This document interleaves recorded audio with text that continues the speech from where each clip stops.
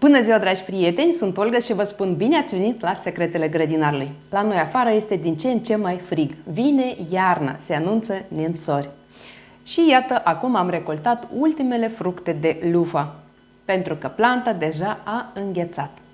Despre cultivarea lufei am un video, vă las linkul în descriere, puteți să vă uitați mai târziu. Iar pe scurt, lufa este o plantă iubitoare de căldură, ea este rudă cu castraveții, dovlecei, dovlecii, pepeni verzi și galbeni, ea face parte din familia Cucurbitaceae.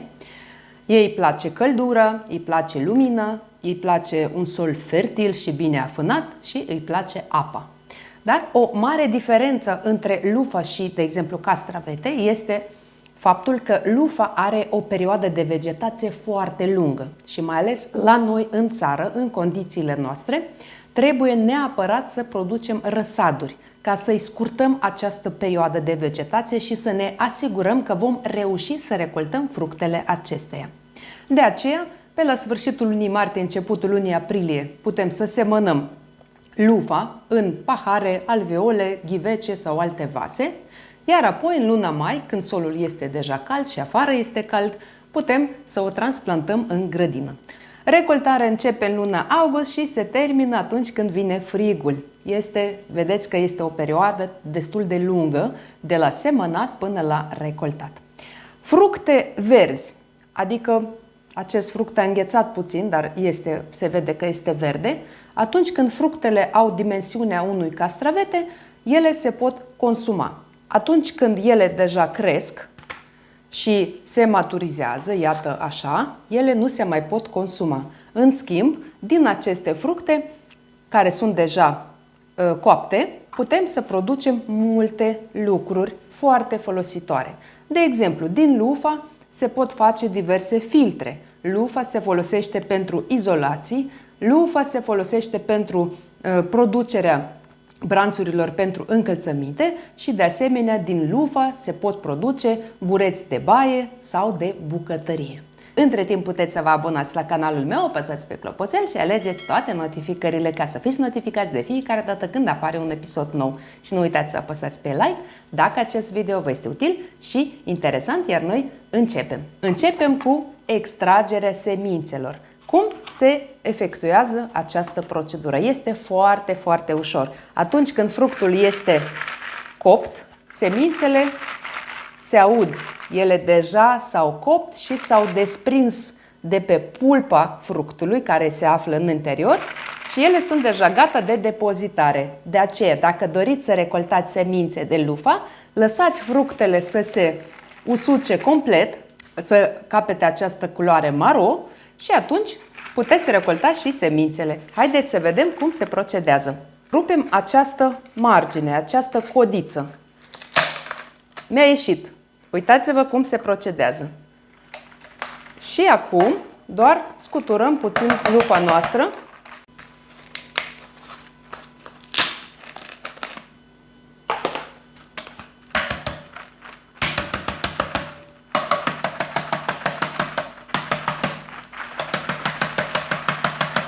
Uitați-vă câte semințe ies din acest fruct.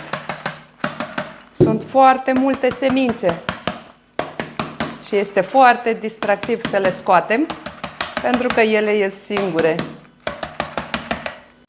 După ce am scos semințele, începem să curățăm lufa noastră. Luăm un vas și începem. Coaja se desprinde extrem de ușor. Uitați-vă cât de ușor este să o dăm jos. Cel mai ușor se curăță lufa atunci când ea este uscată complet, iată ca și în cazul meu. Iată ce ușor se curăță lufa noastră. Normal trebuia să fac această procedură afară, pentru că se face ca multă mizerie, doar că afară este destul de rece și așa că mă simt mai confortabil în casă. Așa. Iată, mai avem puțin și am terminat. Așa.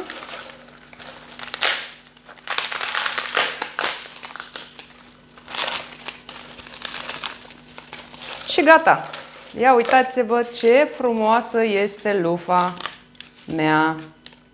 Iată ce frumoasă este! Uitați-vă, prima este curățată. Așa procedăm și cu celelalte fructe.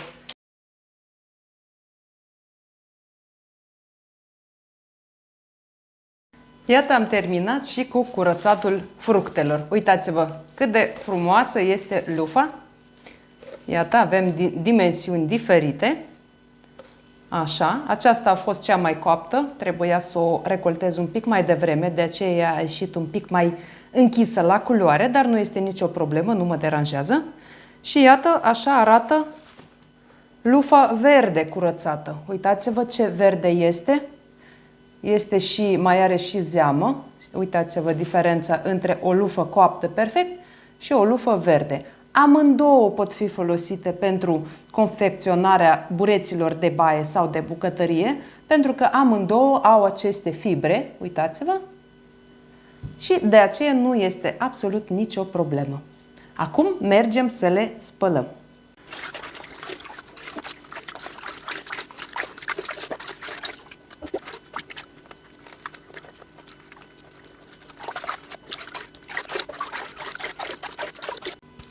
Lufa a fost spălată. Iată așa arată ea când este udă.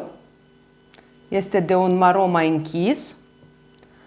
Dar când se usucă, ea se mai deschide la culoare și devine de un crem bej. Pe mine nu mă deranjează această culoare, dar dacă dumneavoastră doriți să aveți bureți albi perfecți, atunci puteți să folosiți un înălbitor pe bază de oxigen activ. Și atunci lufa, bureții dumneavoastră vor arăta exact ca și acei bureți pe care îi putem cumpăra din comerț.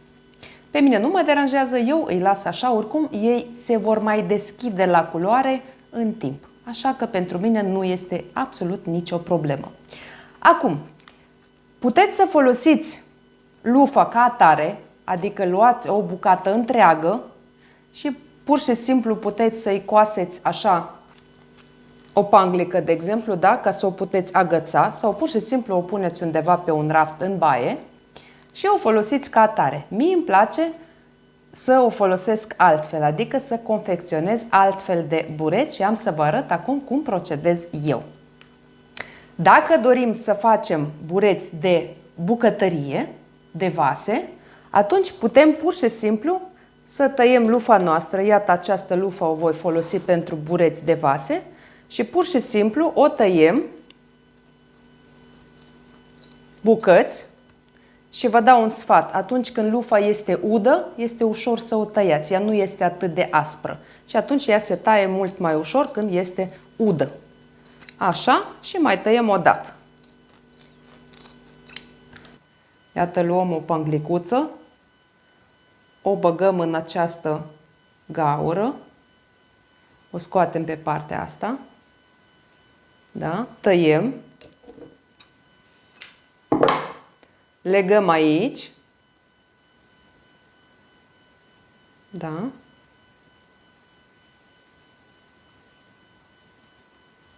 și acum ascundem nodul în interior și iată ce burete de vase avem. Este foarte ușor. De asemenea, acest burete se poate folosi nu doar pentru vase, dar și pentru față. Probabil că și dumneavoastră ați văzut acești bureți la magazine de cosmetice. Iată, așa este gata și un burete pentru față. Iată, așa fac eu bureții mei de vase. Haideți să vă arăt cum fac bureții mei de baie. Luăm lufa. Acum trebuie să o tăiem pe lung, dar nu o tăiem complet ca să obținem două jumătăți, ci doar tăiem fibra, această fibră, pe toată lungimea ei. Haideți să vedem ce o să ne iasă. Începem să tăiem încet, încet, cu grijă, ca să nu tăiem prea mult. Merge perfect. Uitați-vă, tăiem doar fibra superioară, pentru că în interior vom avea pulpă. Această pulpă care este uscată. Pe ea o vom scoate imediat. Iată așa. Tăiem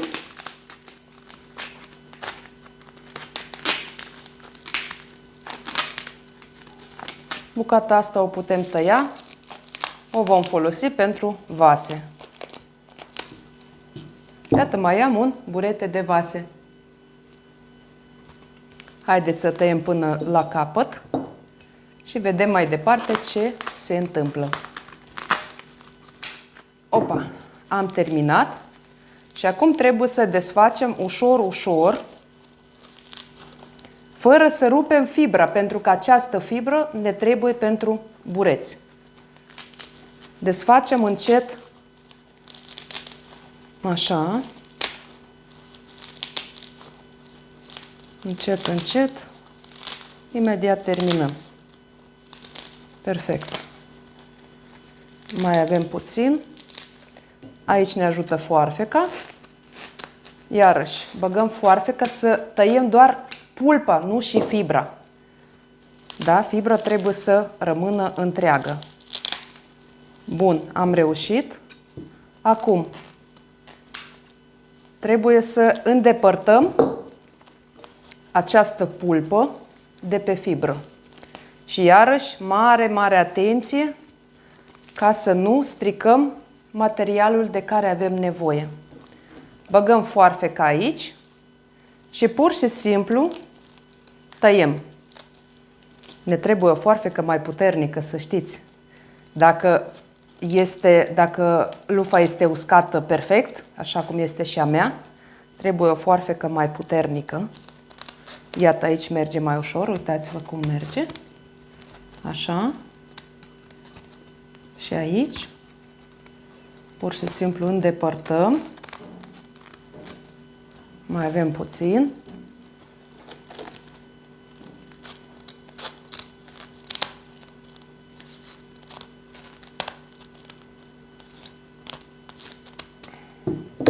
Am reușit pe o parte, mai avem și pe partea asta. Exact la fel trebuie să facem și aici.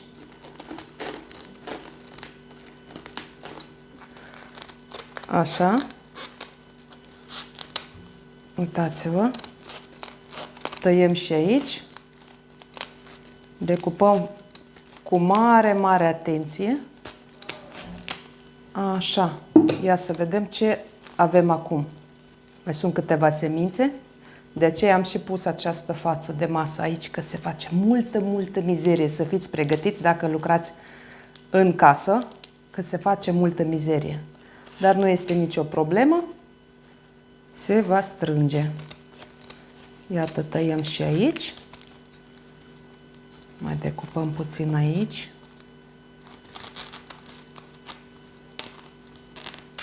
Aha. Cred că am tăiat ce nu trebuia. Nu este nicio problemă. Reparăm. Da, uitați-vă, aici s-a tăiat puțin mai mult decât trebuie, dar nu este nicio problemă. Haideți să mai tăiem puțin de aici și nu mai luăm nimic din ea.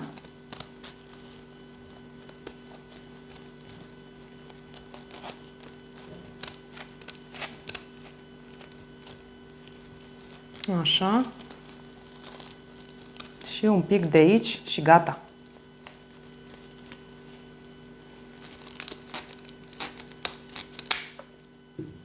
Bun. Ajunge. A rămas așa. Iată așa, acesta este materialul nostru cu care noi vom lucra. Acum, va trebui să îndoim și să facem din material dublu. Iată așa. Aici la fel, îndoim marginile. Și acum avem un dreptunghi, că pătrat nu este, un dreptunghi perfect, pe care putem să îl coasem. Apăsăm un pic, ca să ne fie mai ușor de lucrat. Luăm un ac și o ață și începem să coasem. Cum coasem acest burete? Înfigem acul la 1 centimetru de la margine în jos. Da? Prima dată facem așa. Înfigem acul nostru. Scoatem ața. Și apoi mergem înapoi la 1 cm distanță, da? Iarăși ne întoarcem 1 cm distanță. Și iarăși scoatem acul pe partea cealaltă. Iarăși tragem ața către noi și la 1 cm distanță de aici, iarăși băgăm înapoi și scoatem. Și tot așa. Pasul este de 1 cm. 1 cm în jos de la margine și 1 cm distanța între cusătură. Iată așa.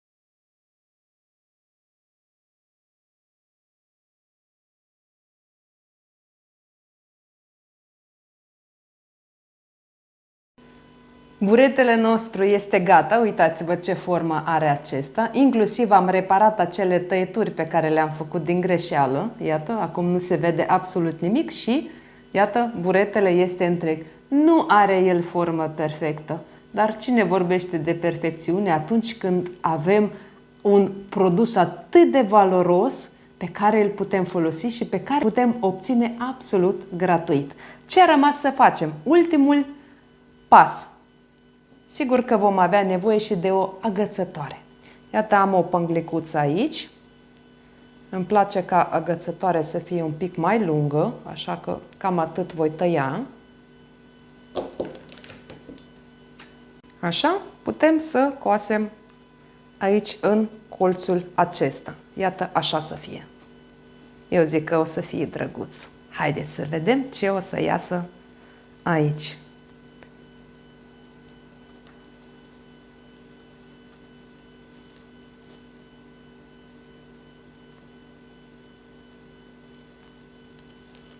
Gata, primul pas este făcut, acum merge mai ușor. Atenție la degete, atenție să nu vă înțepați cu acul. Ați văzut că este foarte ușor să coasem acești bureți, chiar dacă aveți foarte puțină experiență în acest domeniu. Este foarte ușor, oricine poate coase, indiferent că sunteți bărbat sau femeie, că nu ați mai cusut niciodată, ați văzut, este foarte, foarte ușor. Important este să aveți un ac bun și o ață bună. Așa, mai facem încă puțin și suntem aproape gata. Și suntem gata! Uitați-vă ce drăguț este acest burete. Abia aștept să-l folosesc. De aceea, dragi prieteni, atunci când putem să facem economie, este foarte bine, trebuie să o facem. Dar atunci când, făcând economie, avem grijă și de ecologia noastră, avem grijă de planeta noastră, renunțăm încet, încet la plastic. Acolo unde se poate, sigur că nu putem renunța la plastic complet, pentru că vrând nevrând mai cumpărăm diverse produse care deja sunt ambalate în plastic. Dar acolo unde putem înlocui plasticul cu produse naturale și mai mult de atât, aceste produse sunt absolut gratuite. Uitați-vă câte semințe am obținut eu din aceste fructe. Uitați-vă câte semințe am obținut. Este foarte, foarte convenabil să cultivăm lufa, pentru că dintr-un singur fruct ies foarte multe semințe. Și nu va mai fi nevoie să cumpărăm nici semințe. Dragi prieteni, acesta a fost materialul de azi. E cam mizerie la mine, dar urmează să o strâng. Eu vă mulțumesc că și astăzi ați fost alături de mine și sper că vă bucurați alături de mine, că iată ce burete frumos mi-a ieșit și am și bureți de vase. Uitați-vă ce frumoși sunt și aceștia. Sunt pur și simplu minunați. Vă mulțumesc, dragi prieteni, că și astăzi ați fost alături de mine. Ca de obicei, vă aștept în comentarii și vă doresc sănătate, spor în toate și recolte bogate. Ne vedem data viitoare. La revedere!